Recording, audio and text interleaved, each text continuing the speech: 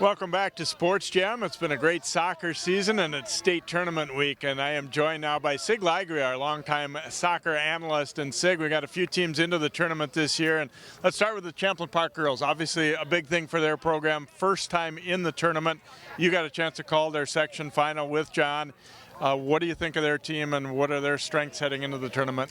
They have good balance, moved the ball really well. Had a little problem against Roosevelt because Roosevelt had a stacked defense against them, but they never gave up. They always pushed the ball. I think they outplayed them all the way around. They know how to get the ball back to the defensive part, switch fields nicely. I think they're going to be pretty solid going in. Now, they've got a veteran team. There's always the talk about, you don't have that tournament experience. In your opinion, does that make much of a difference? Is that going to be something that they'll have to overcome, or not really? It depends, but I think for most teams, for the first time in, they're so excited that it doesn't really matter.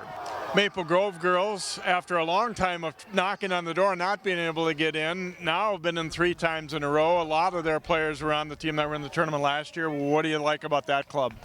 It's the same thing, really. They move the ball really well. If you look at their history, they always get good, solid midfield. They know how to read a defense, get the ball up to the danger area, and take your shots. And their one matchup with Champlin Park was a tie when they did play in the regular season, too. The Maple Grove boys, I think, have been a little bit more under the radar. They even admitted that they didn't think they were playing that well for the first half of the season, but things have seemed to click pretty good for them now heading into the tournament. Yeah, we saw them not too long ago. I could see that they were definitely changing from what they had before. They were getting more solid. They get more passing, more defense. They got a solid defender in the back with the Robinsons, and that's what's going to make a big difference. And they're a team that's maybe kind of an underdog type of team compared to the 2 girls teams. There's a lot of strong boys teams that made it into the tournament, but the Crimson boys, on a given night, they can play with just about anybody, I think, too.